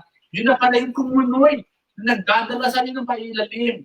Di ba, nakita ka na, magaling ka, di ba, bigyan ka ng car loan, hindi ka makakaresign kasi you're enjoying the car loan. Di ba, pag medyo okay ka na, tumatanda ka na, para mas mailubog ka pa, pagbibigyan ka pa ng housing loan. All of a sudden, you will realize na 60 years old ka na, 65 years old ka na, you fail to enjoy the time. Kasi karamihan ng mga CEO, Vice President, na mataas ang posisyon sa kumpanya, 24/7 and on call sa kumpanya nila. Wala ka na, hindi wala ka na bakasyon. Makabakasyon ka, hawak mo yung telepono kasi may tinatrabaho ka, tumatawag sa iyo yung ari ng kumpanya, etc. So wala na din talaga. Diba? The world is full of smart, poor people. Maraming matalino. Pero siyempre, dahil karamihan, yung matalino na yan ay empleyado. Wala naman yumaman sa pagiging empleyado. Kaya kasi sinasabi namin mag-aral ka ha, mag-aral ka, pero kung masyadong seryoso, mag-aral lang. Pero masyadong seryoso din. Okay? So, wala nang kakaiba ng employment at empowerment to consumerism. Kasi empowerment to consumerism talagang tulungan pataas. Hihilahin ka pataas. Tama, sa workplace, di ba, sa simula, tulungan ka kasi bago ka. Kaya lang, habang tumatagal, siyempre, habang tumatagal sa employment, pag may kakantingin na sa'yo ay threat sa position, sa promotion, di ba, sisiraan ka na yan. Ako, kanya, malakas na yan kasi kapital, etc. Sinisiraan ka. Samantalang sa network marketing, hinihila ka pataas kasi maganda ang views sa taas. Tama, tulungan. Pero pag tinutulungan ka naman, hinihila ka naman pataas, huwag ka naman pabigat kay upline. Kasi maraming inaasikaso si upline, tapos pabigat ka pa. Tama? Kasi bakit? Hindi ko alam. Huwag ka naman pa-arte-arte ka, huwag mo excuses na. Kasi mahirap ka. Kaya mahirap. Kasi bakit mahirap kayo maging attending? Iba-ibang tao. Iba-ibang tao makakasalapuhan mo eh. Kanya-kanyang background eh. Tama? May background na galing sa squatter, may mga background, may mga tao sa pinag-aralan na wala naman, may mga tao naman pasaway, ang hirap maging upline. And remember, sa upline, dapat, ayusin mo lahat, iba-ibang personalidad. Kaya nga, sa mga tao dyan na wala pang downlight, inaayos pa ang personality mo. Inaayos pa if you can handle different kinds of personality. Kaya mahirap maging upline. Maganda ang malaki ang grupo sa kaliwa at kanan kasi malaki ang kita, pero may corresponding na kapalit na responsibilidad. Diba? Minsan tipong pati personal na buhay ng mga leaders mo, downlines mo, kailangan mo pag-ayusin kasi hindi makakataw. Diba? Diba? Hindi naman mawawala yung problema. Kaya nga, sinasabi ko dito tulungan. Even beyond the business, nagtutulungan na ang mga magkakagrupo. Kasi bakit? Ito naman talaga ang network marketing tulungan. Not only tulungan sa pag-negosyo, even personal lives. Okay? Look at the difference ng network marketing at workplace. Okay? Karamihan ng empleyado, umiikot na lang. Sweldo, bayad, utang. Sweldo, bayad, utang. Yung susweldohin mo na, yung susweldohin mo next month, ipinangutang mo na. Okay sana kung ipinangutang mo yan dahil sa negosyo at pansalit at sa empowered consumerism. Minsan kasi, di ba, luhod din, di ba, gamit dito sa Pilipinas, na hindi mo naman alam, kung talagang legitimate. Sabi nga nung mga nakakausap ng OFW, ano sinasabi nila? Akala ko na mga mahal sa buhay namin sa Pilipinas, pinupulot lang namin ang pera dito sa abroad. Kasi mahirap eh. Tama? Kasi mahirap eh. Mahirap yung buhay nila. So, ganun talaga ang natin doon. Umiikot na lang ang mundo. Ayusin natin to. Rat race ang tawag dito. Sweldo, bayad utang. Sweldo, bayad utang. Minsan, lubog na talaga sa utang. Kaya hindi na rin makaalis. Kaya ayaw mag-full time kasi maasa pa rin yung fixed rate na natatanggap nila. Kung ikaw ay mga tao ganyan, dapat ginagalingan mo talaga sa empowered crucial finishing. Binibigyan mo ng matinding oras, matinding bigay. Okay? Kumpara natin para mas maintindihan nyo punto por punto. Para mas maintindihan nyo punto por punto, ikumpara natin ang pagiging sa employee versus empowered consumerism. Para mas maintindihan mo, na-dissect na natin ang investor, business owner, na-dissect na natin ang empleyado, na-dissect na natin ang ikukumpara naman natin, anong makakaiba? Ano ang beauty ng empowered consumerism versus or to compare with employee? Okay, ano yan? Number 1, time freedom. Category number 1, time freedom. Sa employment ba, empleyado ka ba, boss ka. Kung hindi ka boss, ikaw OFW, boss mo yung amo mo. Okay, kahit na mataas ang posisyon ko ng corporate lawyer ako, kahit corporate lawyer ako, may boss pa rin ako, legal department head and vice president for legal, yun ang boss ko. Nakita mo nun, ako yung alaala ko po, nagko-commute po ako from Sampaloc po ako nakatira, pumupunta ako sa Makati, nagko-commute ako, sumasakay ako ng bus. Diyan sa tabi ng US sa may Pinubal, diyan ang talagang station ng bus namin nun. Ang ganda ng barong ko kasi abogado ako, corporate lawyer, maganda ang pagka-plancha ng barong, may starch, may almirol, sabi nila gusot mayakan. O, di ba, nagko-commute ako dahil puno-puno na, sumasakay ako, nakatayo ako sa gitna ng bus, upuan. Nakatayo ako doon, nakagano'n, yung konduktor, pero ang pareho ko. Diba? Yung gusot ko, ang ganda, pero pang pabak ng bus sa Makati, yung barong parang ginahasan ng 10 bakulang sa bus. Ganun ang itsura ko. Kahit na corporate lawyer. Tama? Tapos, time in before 8 o'clock. Tapos yung aming vice president for legal, di ba? 10:30, fresh na fresh. Di ba? Pumapasok sa aming opisina, nasa likod yung secretary, may dalang kape, may dalang dyaryo. Yung boss ko, mag-inom ng kape, magbabasa ng dyaryo, iinom ng kape. May pipirmahan. At pagkatapos nun, aalisan ng opisina at bukas na kami magkikita ng boss ko. Kita mo? Look at empowered consumerism. Ikaw ang boss. Di ba? Hindi siya naka-video. Naka-portrait siya. Mali. Ito ang video. Ilagay sa video. Okay. Tanda mo sa empowered consumerism, tandaan mo ha, ikaw ang boss dito. Okay? Hindi mo boss yung upline mo, hindi mo boss yung training team, hindi mo boss yung vice president, hindi mo boss si Doc Ed, hindi mo boss yung kumpanya. Ikaw ang boss dito. Hindi mo boss si upline na nandiyan para alalayan ka, turuan ka. Yun ang mission ng upline mo, hindi yun ang boss mo. Diba? Pinipilit ka lang ng boss mo, pinipilit ka lang ng upline mo. Bakit? Kasi pinipiga ka kasi meron kang full potential. Kaya lang siyempre dahil tao rin si upline, medyo napapagod din. Tama? Nandiyan si upline hindi para gawin ang negosyo mo. Nandiyan si upline para turuan at tulungan ka. Hindi siya para alilahin. Di ba? Andiyan si upline para tulungan ka. Si upline mo yun ang guardian angel mo. Kahit mo ang ang guardian angel mo si upline. Kasi si upline ang nagpakita ng magandang opportunity ng empowered consumerism. Di ba? The mere fact na pinakita, tapos na nga dapat ang role ng upline mo sa'yo, pinakita na sa'yo, ano naman po? Pero nag-extend pa siya. Maliban sa pinakita ang negosyo, tinuruan at tinulungan ka pa. Tapos magpapasayaw ka, papasaway ka, huwag ka na magpasaway. Inamaan ka ng magaling dyan. Kaya kung meron kang upline na hanggang ngayon ay tinutulungan, nagsasakripisyo sa'yo, how about saying thank you? Salamat upline at ipinakita mo sa akin ang opportunity ng empowered consumerism. Maraming ganyan eh. Pabila naman si upline eh. Di ba?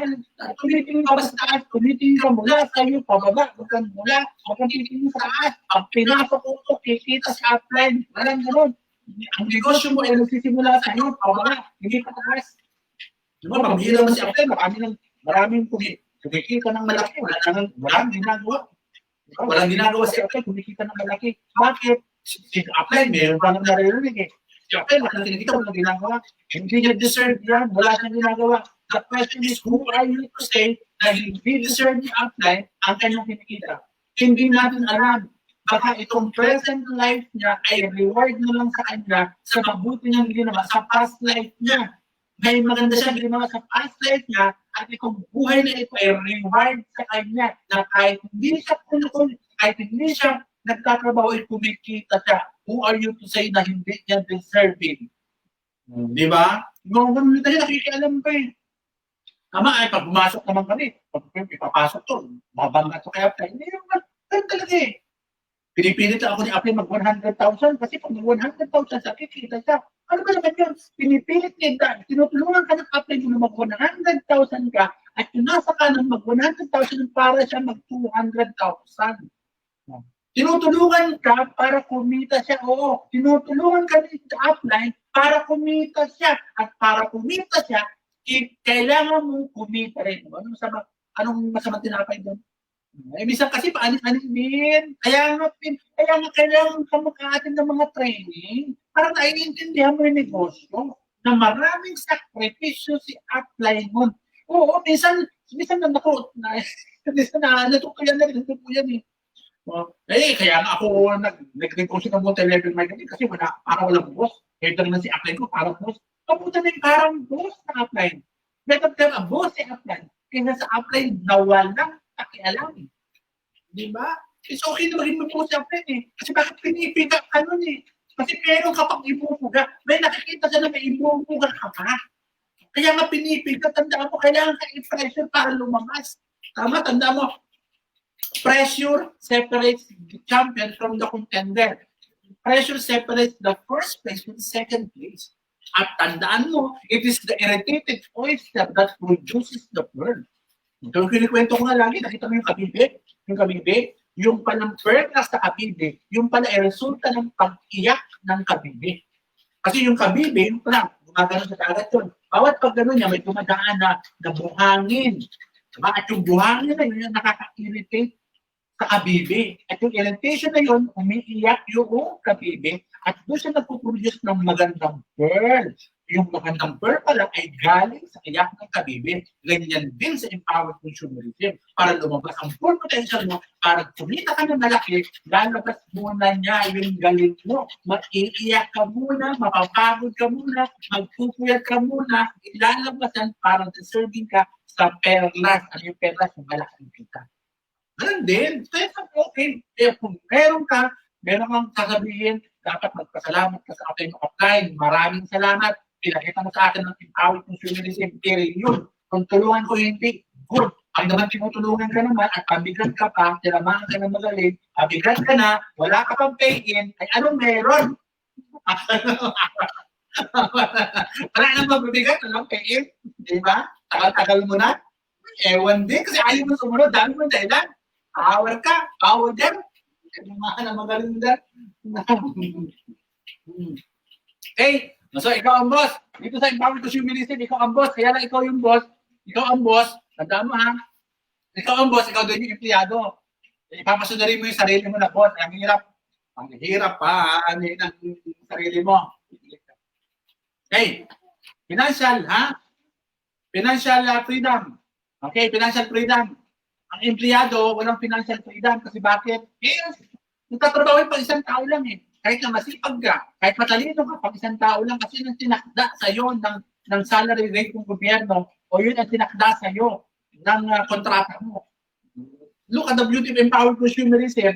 Magtrabaho ka ng pang-5 tao, ibibigay sa iyo yung trabaho. Meron tinatawag na sweat equity. Magtrabaho ka pa ng 10 tao, ibibigay din sa iyo. Kapag 100 na tao, ibibigay sa iyo. Lahat, tinatawag na sweat equity, lahat pinaghihirapan. At dapat with the sweat equity principle, dapat you should understand na meron tayong tinatawag na delayed gratification. Minsan kahit na magtrabaho ka na dito, konti ibibigay sa'yo kasi delayed nga. What we are planting here is not is mango, hindi munggo. Tama? Ang tinatanim dito ay mangga, hindi munggo. Yung munggo, magtanim ka yun, 3 to 4 days, meron ng togi na may kakainin ka na, pero wala kang nasunod. Kasunod, sa empowered consumerism, mangga, ano yung mangga? Di ba? di ba, pagdidiligan mo, babakulan mo, makain ng kambing o ng hayop, di ba, pag malaki na, papusukan mo, di ba, aalagaan mo, sasayawan mo pa, tungtukan mo pa, di ba, para mamunga. Pag namunga yan, after 5 to 8 years, meron ka ng bunga. Busog ka na, may bunga ka pa, mamatay ka na, mamanahin ng mga anak mo yung bunga ng mangga, ganun sa empowered consumerism. Okay? Hindi nila naiintindihan eh. Gusto kasi ng mga bagong distributors, okay, marami nawawala kasi maraming nadidisappoint. Bakit sila nadidisappoint? Kasi hindi nila maintindihan ang concept ng delayed gratification. Gusto nila instant. Pari kasi sa instant na noodles, instant na pagkain, pati sa negosyo, walang instant. Kaya maraming nai-scam sa network marketing, marami kasi ginagamit ang network marketing o networking ng mga scammer. Papakinahin ka, mabilis ang kita. Gusto mo kasi mabilis ang kita. Yun ang Pilipino. Kahit alam nilang illegal, basta ikita na mabilis, tira ng tira. Kasi bakit? Bungol. Kasi empowered consumerism, kung ikaw naman ay OFW na qualifier o ikaw OFW, dahil po ang inyong lingkod, nandito, abogado po ang inyong lingkod, kaya ina-assume po sa inyo na legal ang empowered consumerism. Wala na kayo makinig. Isa yan. Huwag na kayo makinig. Diba? Kasi bakit sa abogado na kayo makinig?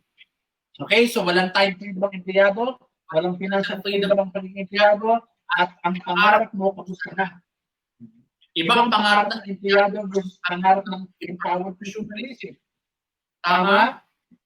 Mabalik lang ako sa sahod. Diba? Sino, congratulations kay Apeng Zantro na kay Nils. 1 million check ang nilabas. Kahapon, isipin mo yun? Subukan mo sa employment, naglabas ka ng 1 million, retirement ka kaya yun, ang empleyado, pero empowered consumerism. Congratulations si Sandro at saka si Nils. Puro 1M. Retirement na magaling sa employment. Pero yun ang mga pinagkakaroon. Nakita ko yung comment ng isang abogado. Sabi ng abogado, ang comment niya, pure luck, parang gano'n eh.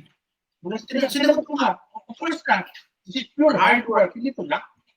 Sino ba ang buong talaga, nakakaintindi na pag kumikita ng malaki, swerte. Ang swerte, hindi ito swerte. Pure hard work, may tawag dito rin. Ang nag-iisip na, ang swerte mo, right? Buong kasi, abogado na buong ka. Ewan din. Talagang kinukontra ko gano'n eh, yung mga malaki na, ang tingin nila, mas swerte nila. Pag nakikita mo siyang tawag consumerism, swerte mo, hirap-hirap, nagbubuya tayo, di ba, nagkakredisyo tayo, nagubuto tayo, nalilipasan tayo, nakikintan tayo, nare-reject, kung kasamaan ko natin, ako sabihin ko, swerte, pag gumita ng malaki, bukol-bukol. Parang babalik tayo sa pangarap, wala nang pangarap. Hindi na pininiwalang kalokohan na sinasabi ng mga pangarap, kalokohan na sabi ng mga empleyado. May pangarap man sila, ibang pangarap ng mga empleyado versus pangarap ng nasa empowered consumerism. Karamihan ng pangarap ng empleyado, makikita ng bago ganit, bago sa marko, bago rin mo, kung ano relo yan. Diba? Sa empowered consumerism, anong pangarap? Magandang buhay. Kabili ng bahay. Kabili ng lote. Makabili ng mga sasakyan at magkabili ng maraming oras sa pamilya. Diba? Hindi na ang pinagmamayabangin ng material na bagay. Ang pinagmamalaki na ngayon is the freedom. Tama? Diba? Maganda yung proposal sa susunod na ako. Hindi na yun. Hindi na yung material things. Ang pinag-uusapan na yung freedom. Yung maraming oras sa pamilya. Yung lifestyle. Tama? O sa empowered consumerism, buhay na buhay. Mangarap ka. Ito ang unang tinutulong sa atin eh. Anong pangarap mo? Diba? Nag-goal setting. Anong pangarap mo? 6 months from now. Diba? 2 years from now o 5 years from now, ano yung ultimate goal? O, nagbabaliwan na nga dito. Na-apply Joseph na, saka yung kanyang council eh.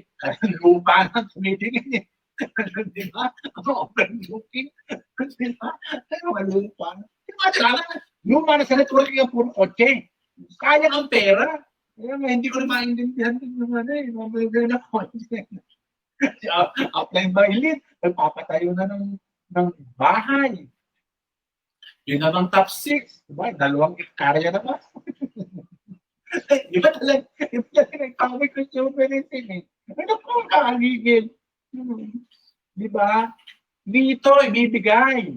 ibibigay dito ang pangarap mo. Hindi bahay ang pinag-uusapan dito. Diba? Ang pinag-uusapan dito ay yung pamilya na nakatira sa bahay na punong-puno ng pagmamahal.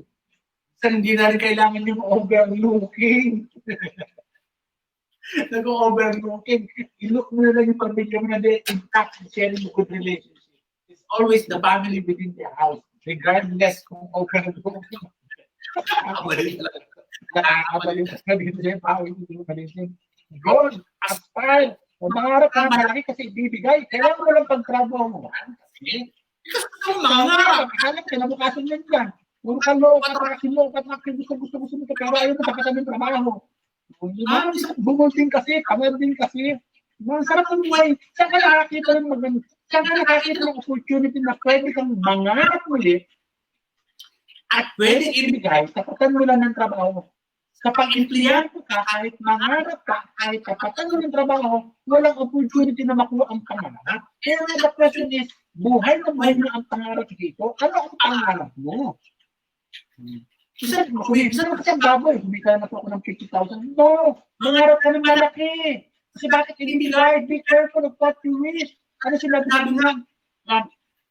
The universe, ask me and I shall give you the nation as inheritance. Di ba may Bible dyan mga diba? Diba? Ask me and I shall give you the nation as inheritance. Hingin mo lang ibibigay. Ang universe is itong malaking restaurant o order ka lang kung gusto mo. Kaya in-order mo kasi tubig lang eh. Kung 20 lang kasi humingi ka ibibigay. And be ready to work for it. Gusto mo na 100,000? Be ready and be willing to work. Diba? Isa kasi wish ka ng wish. Ayaw mo naman magtrabaho. Hindi mo namin. Sayang yung opportunity. Diba? Mag-iisip ka ngayon. Bukas hindi. Next week. Sayang yung mga oras. Sinusoy mo rin pa rin. Go! Tira! Tira na tira! Habang nasa ikaw, gusto mo galisin. Para sa pangarap mo ito. Wala ka ng pangarap. Hiramin mo yung pangarap ng anak mo. Kasi mas magaling pa mangarap yun. Kaya nga sa pagkagong distributor dito, walang tinuturo, mangarap ka. Diba? Kasi ibibigay. Maghintay ka lang, huwag kang susuko. Isang taon lang, hindi lang ibigay. Diba? Kasi may principle na delayed gratification and the concept of hard work. Kasi binabali rin. Kasi kadali lang kasi bakit tinutulungan ka. Pero para makuha, talagang taluntin ka. Ito na ibibigay mo talaga sa gam. Diba? Sumunod is self-employed. O pag sa mga self-employed, the self-employed, ito yung merong trabaho. Dito yung no work, no pay sa self-employed. Ang term na no work, no pay talaga ay nasa self-employed. Kasi pag hindi sila ng trabaho, wala silang kita. Okay? Like, ano example ng self-employed? Kunyari, meron kang computer shop. Sarili mo yung computer shop. Mas malaki ang kinikita ng self-employed kaysa employee. Okay? Kunyari, computer shop ka, mas maraming inaayos sa computer, mas malaki ang kita, pero dahil marami kang inaayos sa computer, tandaan mo, mas maraming oras sa binibigay. Like for example, sa magiging abogado, nakatulad ko, mas maraming kaso, mas malaki ang kita. Tama? Mas maraming kaso, mas marami akong oras na dapat ibigay. Mas marami akong oras na binigay, mas marami akong oras na mawawala para sa sarili ko at para sa family ko. Madali ang kita, pero mawawala yung oras. Marami dyan, mga kilala ako, malalaki ang kita, pero wala sila o kulang ng oras nila sa pamilya. Kailangan binabalance din. Okay? Self-employed. Yung mga negosyante rin, yung mga sari-sari store, self-employed din yan. Kasi para maging negosyante ka, ayon sa kay Robert Kiyosaki, you should have at least 500 employees. Okay, negosyante ka, may mga tindahan dyan, traditional business, check mo yung tubo mo o kita mo. Ano lang yan? Check mo yung tubo mo o kita mo. After deducting the overhead expenses, kapos ka ng kita. Minsan, break even na lang eh. Tanongin mo yung mga tindahan, tanongin mo kung magkano kita versus expenses, hindi na nila kinukompute. Ayaw na nilang i-compute. Tama? Ayaw na nilang i-compute. Tama? So, kumusta mo? Check mo. I-check mo yung kita mo. Check mo yung kita mo. Kasi minsan, meron dito mga may-ari ng gasolinahan, ng franchise, pero sumasali pa rin. When I ask them, bakit sila sumasali? Sinasabi ng attorney, malaki ang kita ko, pero mataas din ang expenses ko. Yun ang masakit sa katotohanan. Tama? Sumunod, yung pagod mo na value mo. Na-value mo na ba? Meron. Yung value, yung pagod mo na value na ba? Minsan pagod, stress. May tindahan ka, hindi ka rin latis, naka-rollers ka na. Di ba? Kasi bakit? Mataas na. Pero yung pag binavalue yung pagod, stress ka pa sa mga empleyado. Di ba? May karinderya ka. Di ba? Gigising ka na madaling araw para magluto. Naubos yung maghapon yung tinda mo. Ulitin mo na ng kinabukasan.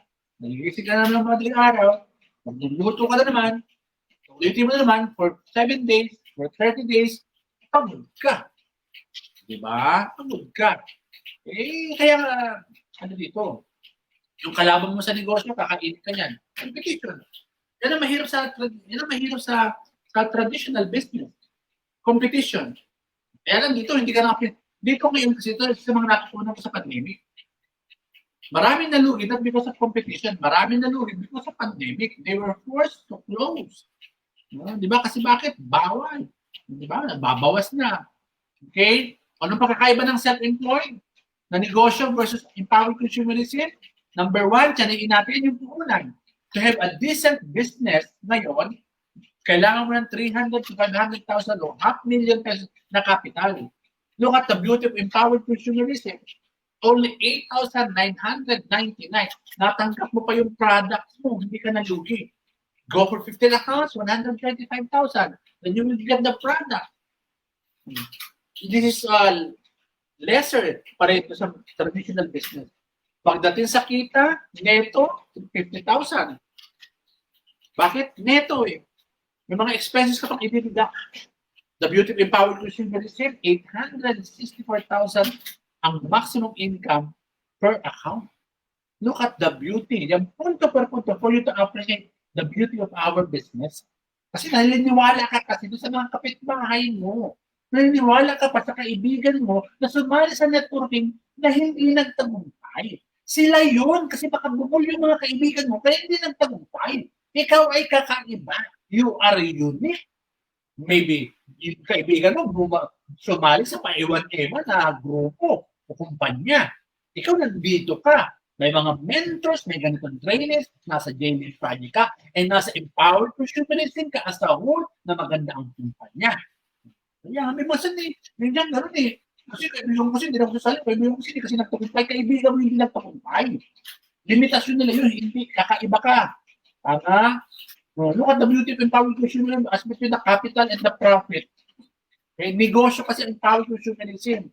And ito talaga ang pinakamatinding comparison ng negosyo self-employed at empowered consumerism. Ano negosyo? Rents. Diba? Magbabayad ka ng renta, business space, salaries, may mga empleyado ka pa. Yung product pa, mag-inventaryo ka pa. Ano kayong product ay titinda mo? Tama, saan kaya pepesto? Look at the beauty of empowered consumerism. Wala ka nang babayaran renta. Hindi mo na bayaran yung 7th floor, 3rd floor sa opisina. Hindi ka na magpapasweldo ng empleyado. Hindi ka na mag-iisip kung anong product kasi ready na ang products. May mga inventaryo, may warehouse, may security guard. Tama? Kasi ang empowered consumerism is a ready-made business. Ready-made, nandiyan ka na. Huwag ka na mag-isip. Dahil mong iniisip, mas madali na ito pa. Tama? Look at the beauty of empowered consumerism. Kahit wala kang kita, sa negosyo, kahit wala kang kita, may babayaran kang expenses. Sa empowered consumerism, kahit wala kang kinikita, wala ka rin babayaran. Sa negosyo, kahit kumita ka, meron kang babayaran ng expenses. Look at the beauty of empowered consumerism. Kumita ka, wala kang ibabawas na overhead expenses. Kung meron kang overhead expenses, yung wifi, tinamaan ka ng magaling. Di ba? Pabungol-bungol ka. Alam mo ng online, ang negosyo natin ngayon, wala ka pang wifi. Magdadahilan ka pa na mahina yung wifi mo. Maghanap ng solusyon. You focus on the solution. Mga sasabihin mo, online, walang negosyo. Ito, i-require ka lang, pumasok ka sa kumpanya. Pumasok ka sa kumpanya. Yung kumpanya ngayon, nasa home base na eh. Yung sinabi ng kumpanya mo, home base tayo sa opisina. Kung hindi ka tapasok sa opisina, sa bahay ka na lang. Patakit ka ng wifi. Susundin mo yung opisina mo, kumpanya mo, na magtayo ka ng wifi? Oo, pero bakit pag sa empowered consumerism, talaga na kasi sinasabi mo, patay ka ng wifi, paaning-aning ka pa dyan, pag bungol-bungol ka pa. Tama? Yun lang ang nakikita ng overhead expenses. Yung wifi, siyempre, minsan kailangan mo upgrade ng cellphone. Di ba? Minsan, konting papakainin mo pa yung mga tinamaan. Konting support. Di ba? Support o hindi, thank you. Tama? So, ang punto ko dito, sa traditional na negosyo, kahit pag wala kang kita, magbabayad ka pa rin ng expenses. Sa empowered consumerism, kahit na wala kang kita, wala kang babayaran na expenses. Sa negosyo, kahit may kita ka, babawasan pa rin yung kita mo ng expenses. Sa empowered consumerism, may kita ka, wala kang expenses na katulad ng mga traditional na negosyo. Ganyan kaganda ang ating negosyo ng empowered consumerism. Tama? Tignan mo sa negosyo natin. Sa traditional na negosyo, may sari-sari store ka sa Quezon City, hindi mo pwedeng ibit-bitin at kontakin yung mga customer mo sa Cebu. Hindi mo pwedeng dalhin ng empowered consumerism, yung ating sari-sari store sa Saudi. Hindi mo kailangan gawin o madala yan sa Africa. And look at the beauty of empowered consumerism. You know why? You can do the business somewhere in Cebu, in Saudi, in Africa, in the US, in Europe. Why? Because we are digital, we are portable. Portable. Tama? Digital entrepreneurship. Na-erase na ang boundaries because of digital marketing. That's the beauty of our business. Ano ba na? Kaya nga maganda ito.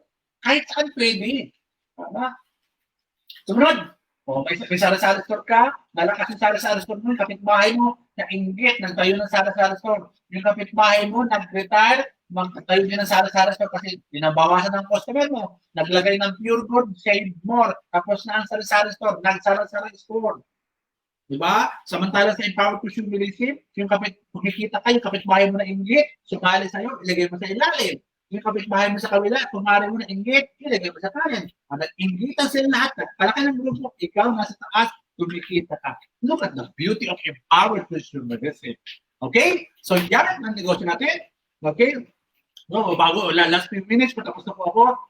Have the opportunity to share it, share this Facebook Live, share po nyo sa inyong wall, mag-hashtag Capitology, okay? Tapos mag-comment po kayo ng done sharing, at lahat po ng pagkatapos po ng Facebook Live, mag-gana po tayo, at i-anos ko bukas yung nanalo. Pwede po kayong manalo na 5 coffee, irarapat po natin. Okay? So, don't forget also to like. Okay? So, empleyado, self-employed, sa left portion, sa bandang right, is business owner and investor. Ladies and gentlemen, ang Pilipino po, mga natin Pilipino, lagi naman nasa left portion sila. Okay? Yung mga mayayaman, nasa kanan. Karamihan ng Pilipino sa left portion, pataas, baba na sila employee, tapos nagiging self-employed. Self-employed, bumabay sa employee. So, taas, baba sila sa left portion. Bihira po ang nakakatawid papunta sa kanan. Bihira po nakakatawid sa kanan. Yung iba nakakatawid, pero napipilitang bumalik ulit sa kaliwa. Okay? So, yan. Tayo sa empowered consumerism, sa negosyo ng empowered consumerism, basta aralin mo lang ang sistema, bibigay mo ng todo, bigyan mo ng tamang oras, sumunod ka sa mga apply mo, sa team mo, sumunod ka sa sistema ng team mo, mapipili talagang hihilahin ka ng apply mo na pumunta o tumawid sa kanan. Liwanag. Dito sa empowered, tandaan niyo po ha, ang employee po, sa empleyado at self-employed, ang pinaka-importante po sa kanila ay yung sense of security. Pero ngayon, wala ng sense of security sa employment kasi nagsasarahan na. Okay? Sa kabila naman, sa right portion, ang importante po sa kanila is freedom. Importante sa kanila malaya sa oras, financial freedom, health freedom, and time freedom. Yan po pinaka-importante sa mga taong nasa kanan. Malaking pagkaiba. Ang maganda po dito, siyempre kaya nga, battle try natin dito sa multi-level marketing at sa empowered consumerism, tinatawag natin na ultimate freedom. Ang ultimate freedom, financial freedom, health freedom, and time freedom. That's the ultimate freedom. Okay? So, tapos na tayo. Malapit ang tawas. Problema sa pera. Diyan naman, karamihan na sumasali sa empowered consumerism is problema sa pera. Ngayon ang tanong, problema sa pera. Anong gusto mong solusyon sa problema sa pera? Okay? Anong gusto mong solusyon? Permanent o temporary? Okay? Problema sa pera. Anong gusto mong solusyon? Temporary o permanent? Karamihan, gusto siyempre, permanent na solusyon sa problema sa pera. Ngayon, gusto mo permanent? na ngayon natin dissect o pag-usapan, saan ka kumukuha? Nasaan ka yan? May trabaho ka? Tanong, yung career ba ay temporary o permanent solution sa problema sa pera? O, di ba? Pwede ka sumagot, pwede temporary, pwede permanent. Tama? Pag ang pag-a-abroad ba, is it a temporary solution or permanent solution sa problema sa pera? Based ang negosyo, temporary o permanent solution ba yan sa problema sa pera? Sasayin natin, career. Di ba? Nagtatrabaho ka, pag nagtrabaho ka 10 years, 20 years, o 30 years, kaya karamihan, nag-retire ka na, nagtrabaho ka na, may problema pa rin sa pera. Tama? Ang masakit na katotohanan niya, after 30 years, di ba, 65 ka na, mawala ka na. Retire ka na, wala ka na sa employment. Pag nag-a-abroad ka, siyempre, may mga 10 years, 20 years, 30 years, marami naman kasi dyan, mahirap din ang buhay. Kasi dyan, attorney, kung maganda ang buhay ko, ako ba, mag-a-abroad. Umuwi na lang sana ako. Yung iba, 60 hanggang 65, bumabalik na sa Pilipinas. Yung iba, hindi na umaabot ng 60 to 65. And after that, they are already out. Sa pagninegosyo, ang pagninegosyo, temporary o permanent solution sa problema. Pwedeng temporary, pero pwedeng permanent. Kasi pag ang negosyo mo ay mali, temporary solution na.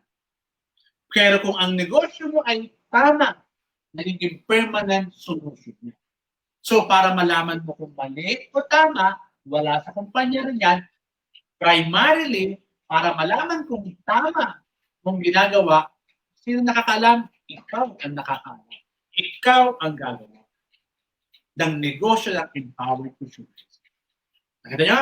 So, nakasalalay pala sa'yo, first things first, nakasalalay pala sa'yo kung magiging tama, kung mali, ang empowered consumerism ng negosyo.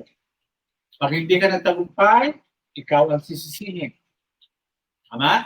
Ikaw ang magtatrabaho. So mga mahal natin, sa mga distributors natin, reviewin nyo lang to. Tapos na tayo, reviewin nyo lang to. Sa mga hindi pa kasali sa empowered consumerism, with my point of comparison between self-employed and empowered consumerism, employed and empowered consumerism, sana nabuksan pag-isipan nyo na mas better talagang alternative ang empowered consumerism sa ginagawa mo.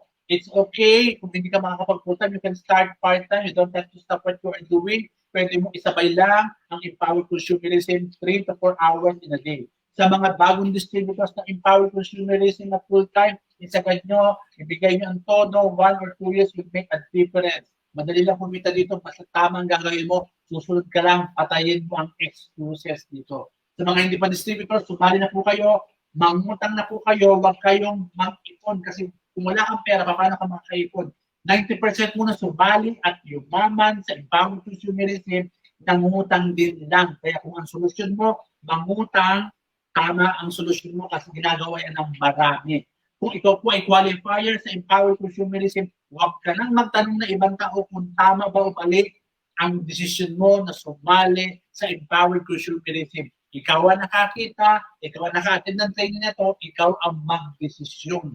Huwag mo nang sabihin pa sa ibang tao. Huwag ka nang kung hihingi ka ng tulong sa ganitong klaseng negosyo, ang hihinga mo ng tulong o hihingan mo ng opinion ay yung mga taong successful sa ganitong klaseng negosyo. Karamihan kasi napapariwara kasi bakit? Ang tinihingan nyo ng opinion ay yung mga taong hindi successful. So kung ikaw talaga ay gusto mo maging successful sa ganitong klase negosyo, sa empowered consumerism, ang hingan mo ng opinion ay mga taong successful sa empowered consumerism. At pag naintindihan mo to, pag kinaral mo ito, gaganda ang buhay mo at pag maganda ang buhay mo, magkakape-kape ka na rin lang sa ibang lugar katulad ng inyong likod. Saan ako nagkakape-kape? Sa Starbucks.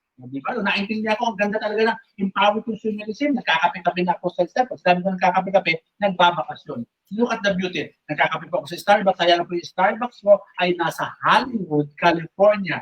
Saan pa po ako nagkakape-kape? Nagkakape po ako sa Japan. Saan po ako nagkakape-kape? Sa South Korea. Saan pa po ako nagkakape-kape? Sa Spain. Saan pa ako nagkakape-kape? Sa France. Saan pa ako nagkakape-kape? Sa Italy. Sa Mediterranean Sea. Nung nag-cruise mo kayo ng ng 8 days na kasama ko sa Mediterranean Sea. Diba? Yan yung Mediterranean, yan yung mga barko ni Julius Caesar sa unang panahon. Diyan dumadaan sa Mediterranean Sea. Mahal po yan kasi bakit nasa balcony kami. Saan pa ako nagkakape-kape? Sa Rome, Italy. Saan pa ako nagkakape-kape? Sa Athens, Greece. Saan pa ako nagkakape-kape? Sa Santorini. Yan, pag naintindihan mo, magandang ipawi ko siya. Pag binigay mo ng todo, darating ang panahon, magkakape-kape ka na. Pag sinabi mo magkakape-kape, you will have your freedom. Yan. So don't forget to follow my Facebook account, my personal Facebook account, Drew M. Magduro, and Attorney Drew Capitology, na may Capitology naman po yung aking Facebook FB page. Okay? At ang aking YouTube channel na Capitology. So bago po ako magtapos, ako po ay nagpapasalamat sa Jailing Project, sa opportunity na i-share aking experiences and passion. Marami po salamat sa inyong lahat sa Jailing Project, and syempre kay Upline Joseph Lim at sa mga nakinig, sana kahit paano meron kayong natutunan, napulot, hindi lahat ang muli, kundi may mga nasabi man lang ako sa iyo that change your perspective in doing empowered consumerism. At inyong lingkod, si Attorney Drew, na nagsasabing ang buhay ay parang kape. Minsan matamis, minsan mapait. Pero ang mahalaga, meron tayong pagkakataon na ayusin ang timpla na naaayon sa ating panlasa. Thank you and good morning. God bless us all. Bye-bye. See you soon.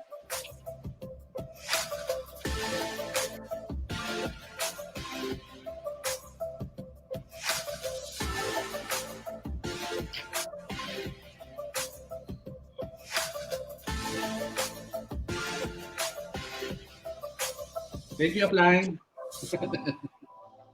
Thank you, Upline.